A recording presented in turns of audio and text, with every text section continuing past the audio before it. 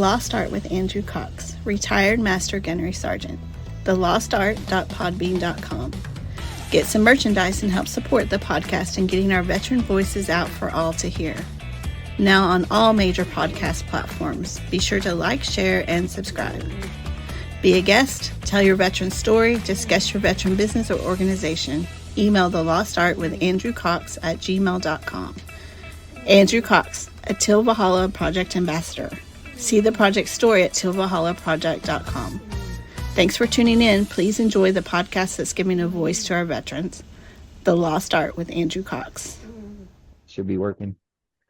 Hello, my friends, and welcome back to the Lost Art Podcast, that podcast giving a voice to our veterans. I'm your host, Andrew Cox, and today we'll be having a My Veteran Story. But before we get into the episode, are you enjoying the podcast? Then be sure to go to the Lost Art website. That's the lostart.podbean.com. Go check it out. See what we're all about. There is a merchandise tab. You can click on there. Go get some cool merchandise. Help support us in getting our veteran voices out for all to hear. I also want to give a shout out to the Till Valhalla Project. They're out there doing amazing things.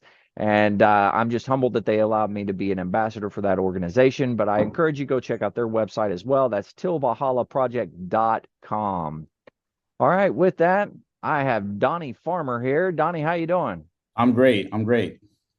Nice. It's good to have you here. I'm excited. It's been a while since we've kind of chatted and seen each other, so this is a good deal. Yeah.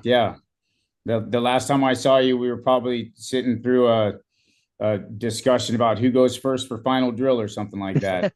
Probably somebody's squad bay. Yeah. That's right. Yeah, it was a long time ago. Whenever you think about it, there. Yes, So that's all good though. Well, hey man, I'm excited to hear your story. So let's start at the beginning, like where you grew up, and then what drew you into military service. Okay. All right. So if I wanted to start all the way at the beginning, because I do think that it's important. I was born in Hillsboro, Oregon, about 3 or 4 weeks before Mount St. Helens erupted. Oh, wow. Yeah, I was actually born. I wasn't born Donnie Farmer. I was born Humberto Donnie Fernandez. And so when the volcano erupted, we moved down to Mexico to get away from the ash. And that turned into kind of a longer stay than we thought it was going to be. And my mom ended up moving my older brother and I back to Oregon. We picked up another little brother along the way, and then finally settled down with a stepdad and got a little sister out of it. And that's where my name was changed to Donald Joseph Farmer. The little town I grew up in Southern Oregon at the time in the 70s and 80s was pretty racist, I guess. Apparently, I didn't see a whole lot of it.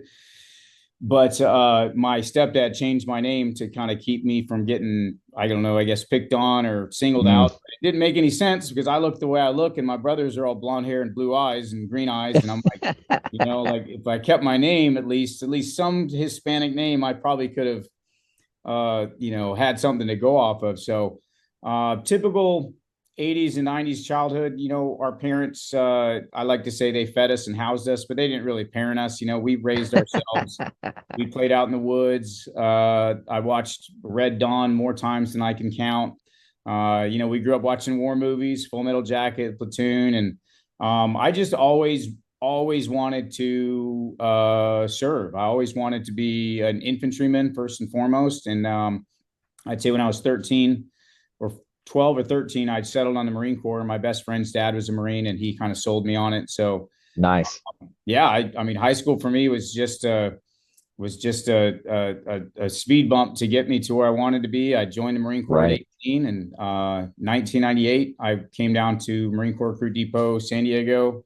I was a golf company recruit. Okay. Went to the School of Infantry and then to Alpha Company 1-4, 1st Battalion, 4th Marines, 1st Marine Division there at Camp Pendleton. Yeah. Well, hey, go back and tell me a little bit about your experience. You're going from Oregon down to MCRD. Tell me a little bit about that experience, and then what you thought about boot camp. Me and another guy at work here were just talking about it the other day. Do you remember like the first night in boot camp when you've got 80 some odd people all in a squad bay, and it's the receiving drill instructors are handling them. It's not the platoon. And I think everyone has the same story. Like they heard somebody crying in the middle of the night because they had to go to the bathroom. And I had that experience. I remember my stepdad's family is very military friendly. My brothers and we all joined, and we're the first Marines in the family. But I mean, there was never a doubt in my mind that I wanted to be a Marine. But that night, I remember thinking, what am I doing? Like I signed up for this, but what am I doing? Uh, it was hard to get used to because I'm used to a place where everywhere you look, you see mountains, and in San Hmm. Diego that wasn't the case. And True. there was maybe one or two times as a recruit when the sky cleared up a little bit or the smog cleared away, and you could see. There's a couple spots on the depot where you can see through where the Interstate 8 goes, and you can Hmm. see El Cap. It's not the El Capitan from Yosemite or Yellowstone or whatever, but there's that other El Capitan mountain past Hmm. Santee, and I could see that mountain, and I was just like, oh, like I've always been drawn to the mountains, and so by the time we got to Camp Pendleton, I felt a lot better. There was hills to climb and there was elevation to get at, even though we only see it on the Reaper, really. But Right. it was a little bit of a culture shock, but I mean, like I said, I knew what I wanted to get into. I think I was pretty well prepared for it. Yeah. Very nice. And then, of course, you went to the School of Infantry. So talk us a little bit about that experience. Oh yeah. So it's funny that you mentioned that. I was interviewing a kid yesterday, and he was telling me all about it, like I didn't know, and I was like, "Oh, tell me more." Um, it was it was an experience. I'll tell you that. Like, I mean, when I went through Yeah. it in 1998, like I remember we'd have to pack all of our bags into the bus to get out to the ranges, and I mean, I think probably the first time I really thought I was going to die, I was in the back of a bus and I had packs and weapons and 240s and saws and everything were on top of me, and probably three people were on top of me because we must have crammed 80 people into that bus with equipment. And I remember thinking I couldn't breathe, and I was like, I'm gonna die before I ever get a chance to shoot a machine gun. Like what? But I mean, you remember me. I'm not a big guy. I never have been. Believe it or not, I was a lot smaller even back then too. I weighed maybe 120 pounds in boot camp Oh, or wow. and in SOI, and so I mean, it was tough. It was a wake up call of hey, if this is what you want to do, this is what you have to learn how to carry. Oh, And yeah. And that's a uh, lot to carry, especially yeah, for a guy that, not a real big guy, you're pretty small in stature, plus your weight is really low and you're carrying some heavy equipment. oh yeah, yeah. It was a show. I'll tell you that. I was very grateful, to be honest with you, that I got to stay as a rifleman instead of go to be a machine gunner or a mortarman. I was like, I don't know if I could do that at the time. I mean, and it's funny what your mind tells you when you're young, but at the time I was like, I mean, I want to do this, but I don't think that that's for me, like I think I'd Yeah. rather just carry the small rifle and be on my feet. But yeah, it was definitely a challenge. I actually fell behind on the final hike.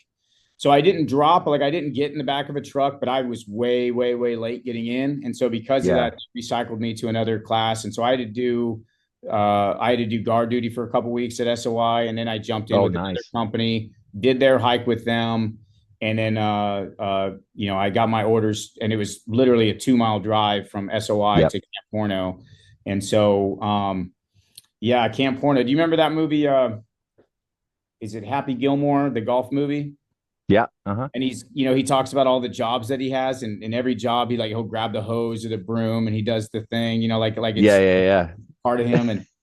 And as I was pulling into the parade deck, there was Marines doing some kind of close order drill or something like that on the parade deck. And sure as shit, there's a Marine, with his rifle doing the Happy Gilmore dance. And I was like, okay, like this is what I'm getting into. And our company, First Sergeant, met us there on the parade deck.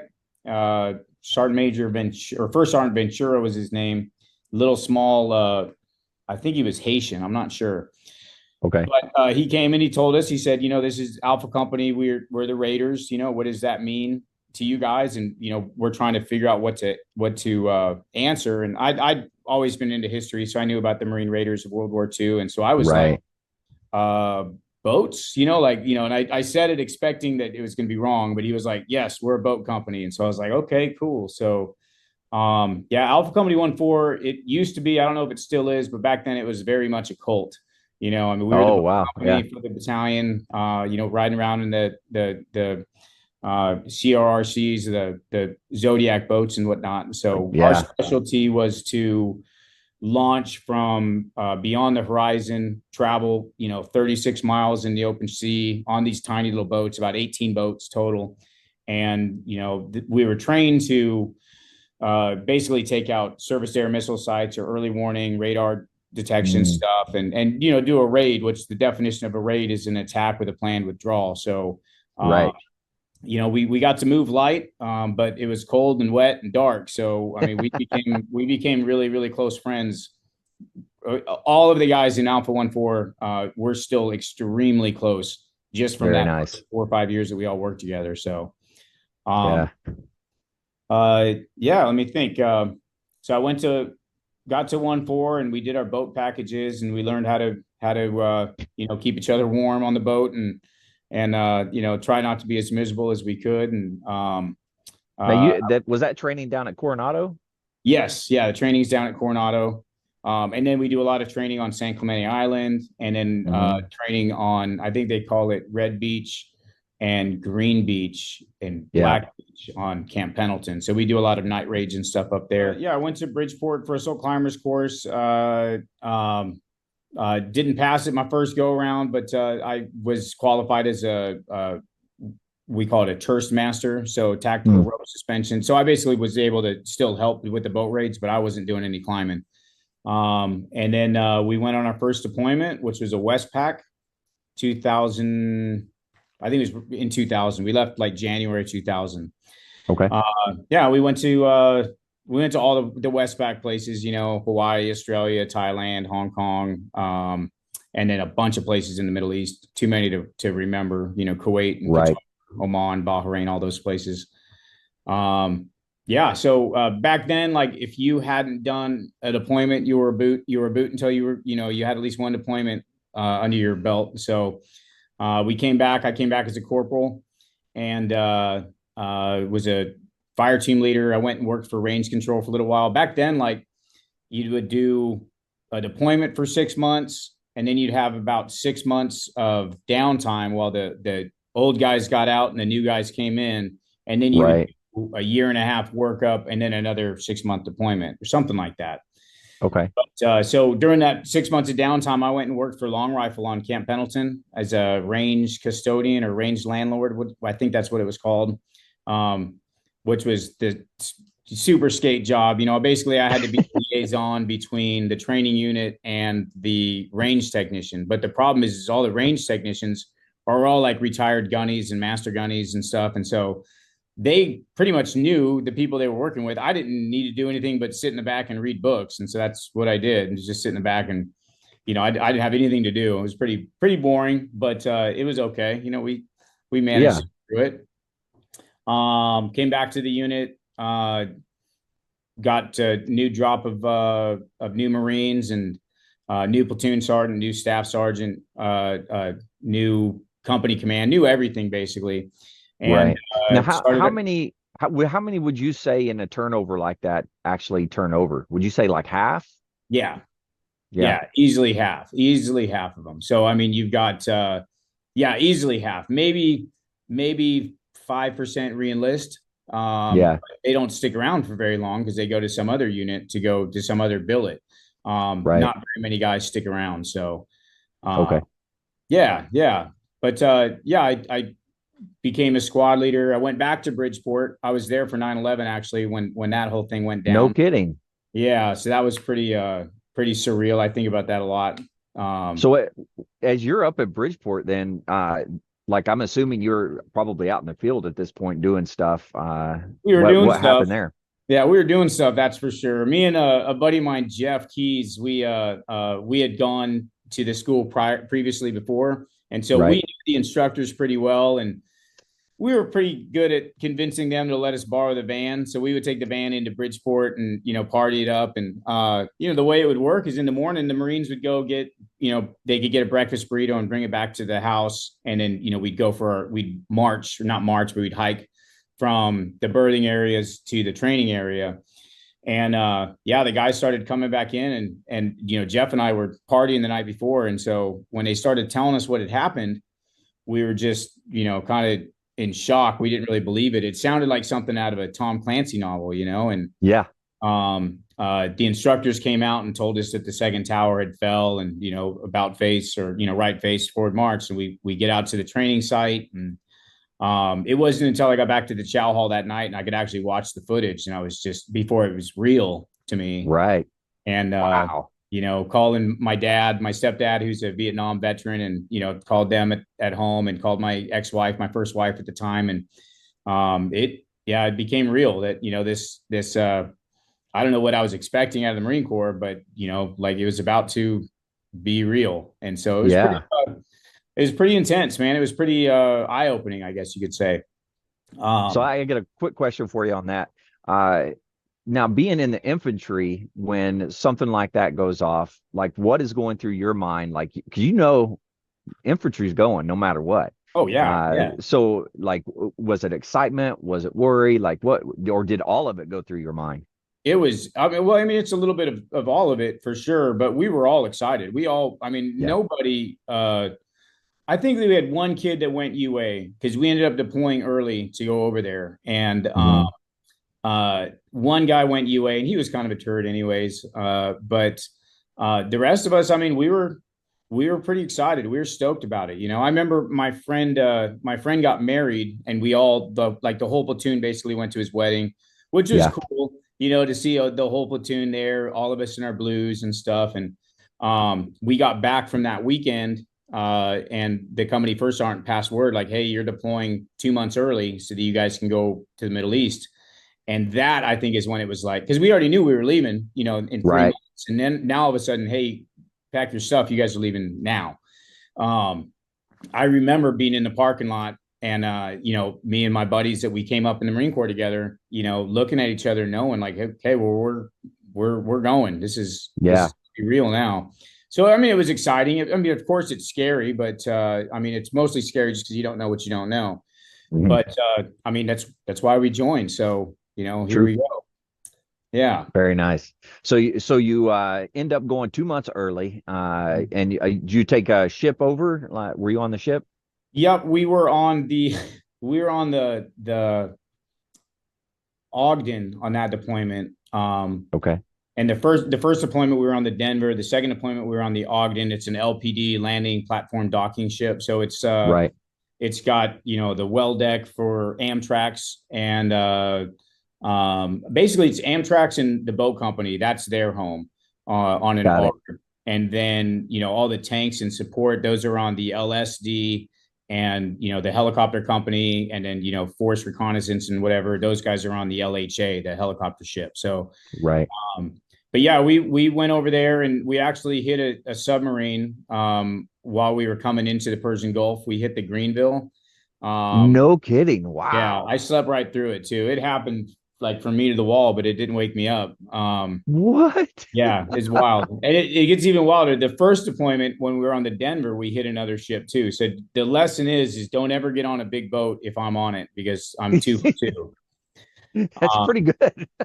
yeah, pretty good or stats right or there. pretty bad, whichever way you want Yeah. to look at The first it. time we were refueling with the Denver on our way home from the deployment, and we had I guess allegedly that the captain turned the wheel at just the right time, because we could have all sank and we could have all died. It could have Oh been really, wow. really bad. And what it ended up doing, if you look up USS Denver Mhm. accident, you'll see the picture. They took a huge chunk out of the front of the ship.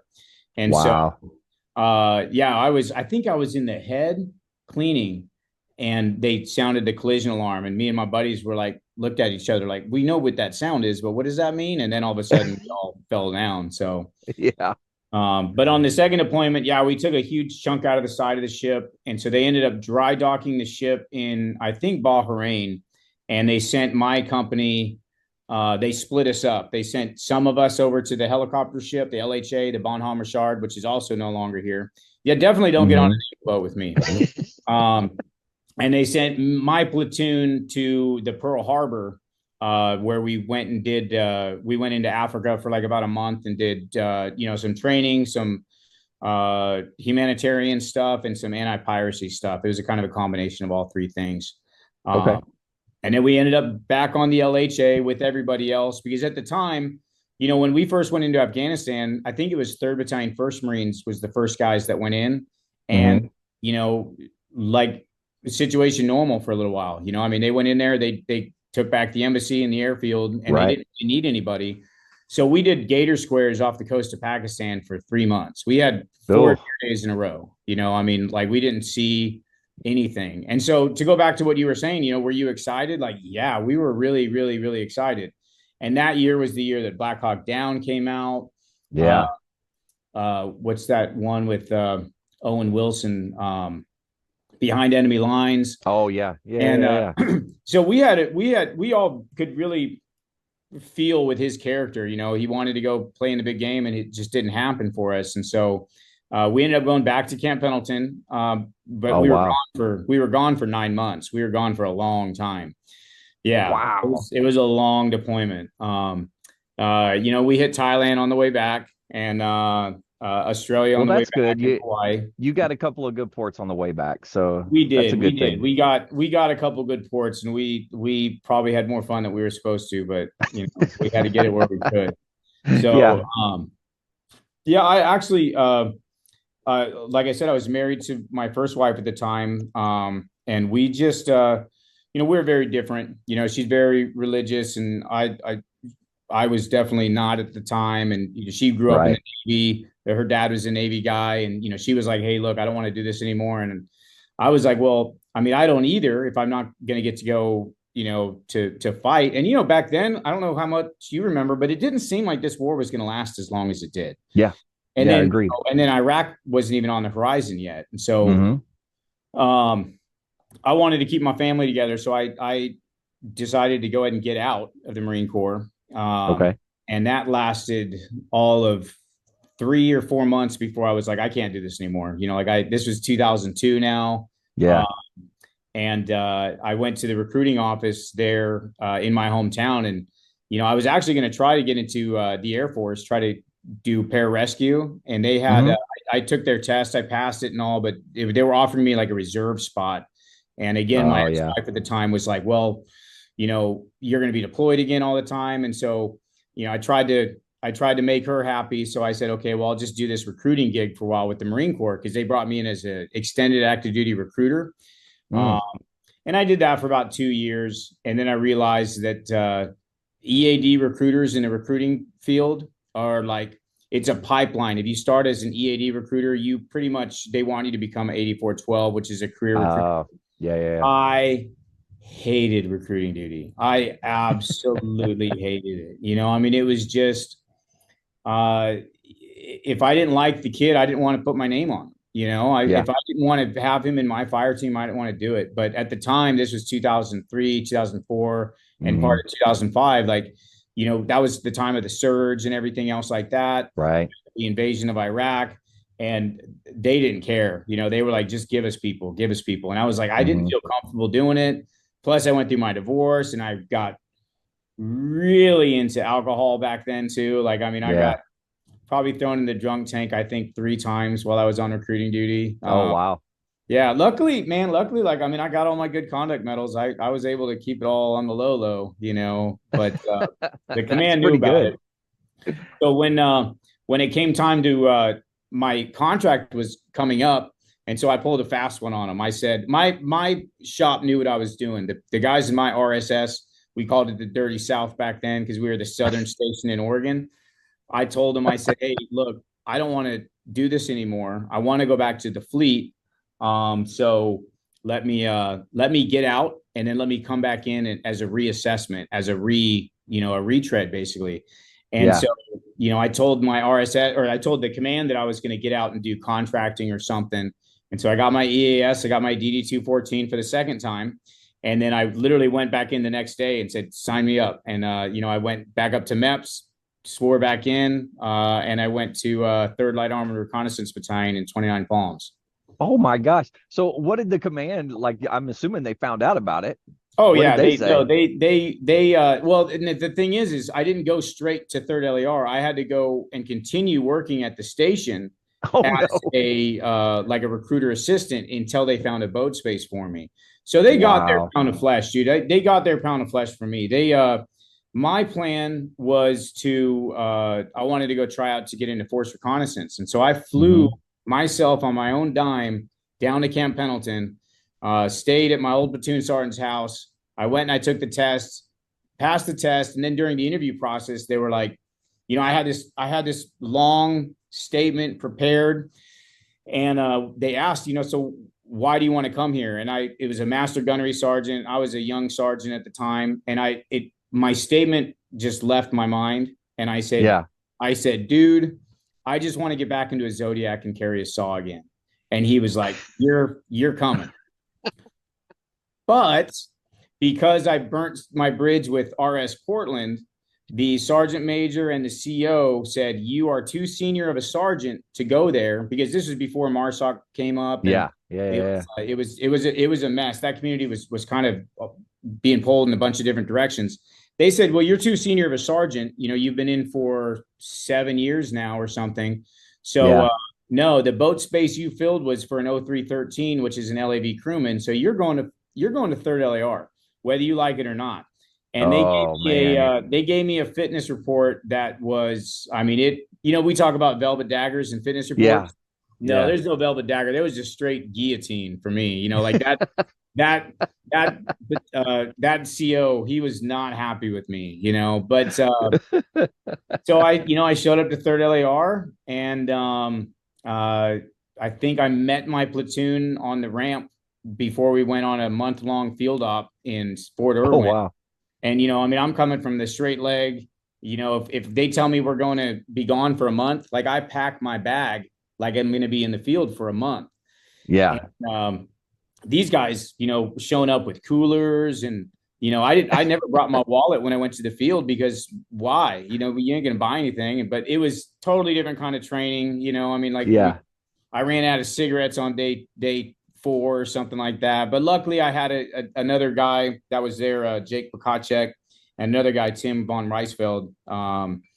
They took me under their wing, and we just became best of friends. And they took care of me while we were there, and brought me into the Wolf Pack, as Third LAR is called. They really welcomed me, and yeah. So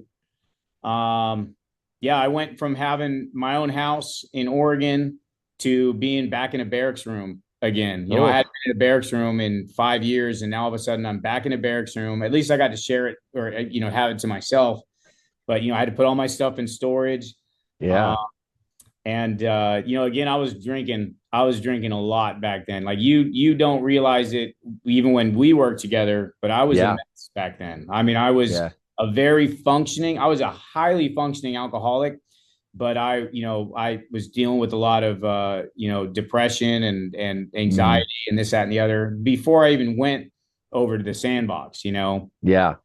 And so yeah, we deployed in 2006 to Helmand Province in Iraq, Camp Korean Village. I don't know if you've heard of it, but we went to Camp Korean Village, and I was assigned to the jump platoon, the battalion commander's PSD, basically. And so we were very shorthanded on that deployment, and so I had to give a lot of guys up to go fill other mobile strike teams that we built up.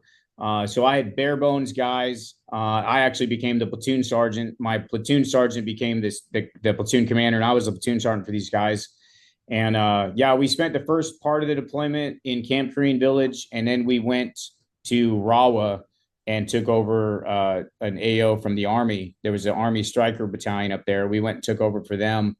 And that's, I think, when the war got real. I mean, I got hit with an IED when I was at Camp Korean Village. That's where I got wounded. But it was very minor. I mean, I got knocked out, don't get me wrong. And I definitely, I was just talking about it today, but I definitely believe in God because of that incident. But it wasn't until we got to Rawa when we had to really start pulling our weight. We lost a couple guys in that deployment. Not in my platoon, but in the battalion, and there was some pretty there were some pretty hectic moments on that deployment. I'll say that. So Yeah, for sure. Yeah. But yeah, we came back from that deployment, and I found out before I got home that I was selected for staff sergeant, which was really cool. Yeah. My little brother was with 3-5 at the time, and he was actually in Iraq with me. We got to see each other while we were there. Oh, no kidding. That was really cool. That was really Yeah. cool. But his battalion XO was my old recruiting station CO. And so my brother asked me to go to the ball with him. And so I got to go to his ball, and with my little brother. And I think my sister was my date for that. My sister on my dad's side. Is that right? Or no, maybe that's the one I brought. Anyways, we run into this guy, who, like I said, he gave me a guillotine of a fitness report. And, I run into him, and now I've got, my Iraqi campaign medal, combat action ribbon, Purple Heart, another NAM, and another rocker too. Yeah. Yeah. And he was just like, "How are you doing?" And I was like, I'm back on my feet, and I'm good. And you could tell he was just like, not dang it, but like, okay, but that just shows you can't expect everybody to be able to do everything, and true. recruiting duty, for the Marine Corps at least, was not for me. I absolutely did not want to do it. So what's cutthroat? It's a cutthroat community. Oh my gosh. Yeah, it really is. Anybody that says they got to do a B-billet, I'll tell them, we did the depot. Yeah. It's hard. It's really, really, really hard, but recruiting duty will suck your soul out of your body. It really will. It was rough. I would gladly, if you made me do one or the other, I'd be like, send me back to the depot. I'll go back to the depot 10 times out of 10 versus go on recruiting duty again. There's no way I would want to do that again, especially nowadays. I can't imagine. It's got to be horrible nowadays. Yeah. Back when I was in, I can say it now, statute of limitations is over. Back when I was in, copy machines and whiteout were pretty common, and so, we did what we had to do, it's the Marine Corps, have to improvise, overcome all that stuff. So we came back from that deployment. We picked up staff sergeant. Me and my best friend that I made on that deployment, his name's Sean. Freaking Sean. We both picked up staff sergeant, and apparently the story that we were told is that the battalion had a staff meeting. They were trying to figure out their TOE, and they said, look, we got 2 brand new staff sergeants. They're both fantastic in the field. And usually in the infantry, if you say somebody's fantastic in the field, they're like, okay, how are they in garrison? You know? And my old CO told him, he said, well, but left unsupervised in garrison, like, they're going to train their Marines, they're going to take care of their Marines, but these guys are a handful. So because of that, you only get one. You know what I mean? So whatever company wants one, you can only have one of them, because these guys have to be split up. And I had this company, First Sergeant Johnson, that was like, no, I want both of them. And so they brought both of us in, and we learned how to become staff and COs, and we learned like the right way to be platoon sergeants, and we went right back to Iraq, probably 9 months later. Wow! Right back to the same area of operations as well, which was Holy weird, cow. But it was a really, really, really cool deployment, because we were tasked with sweeping the Wadi Haran, which is like the Grand Canyon of Iraq. And we spent months in the field. I would say like the longest we would be outside without being inside anybody else's, COP or FOB or anything like that. We would spend at least 3 weeks, on our own. Like, our security was us. And so we would be, we'd live in this company coil, but we were constantly on the move. And we got to see a lot of Iraq, and we got into a couple skirmishes, which was fun. It keeps it interesting and stuff. And luckily we were fortunate enough not to lose anybody. We did lose one guy on that deployment from a different company, but it wasn't as dynamic as the first one. But it was really cool in the sense that we got to do traditional light armored reconnaissance. Literally the definition of LAR, we got to do that. And so That's awesome. for that, it was really, really cool. We got to work closely with tanks and all sorts of stuff. So that was a really fun deployment. And then when we came back from that deployment, the staff NCOs in the company, we all became extremely close. We're still extremely close. And they all went on recruiting duty. They all just scattered and went on recruiting duty. All the listeners out there, if you're struggling, you need help, anything like that, the VA does have great resources. You can dial 988, press option 1. You can also text 838-255, or you can go to veteranscrisisline.net, click on that chat icon. Any of those options are going to put you in contact with somebody that can help you out. Remember, one veteran life lost is one too many. I care about you. I know Donnie cares about you. The whole veteran community cares about you. So please reach out for help. With that, Donnie, thank you. Appreciate you. To everybody out there, stay motivated, change your socks.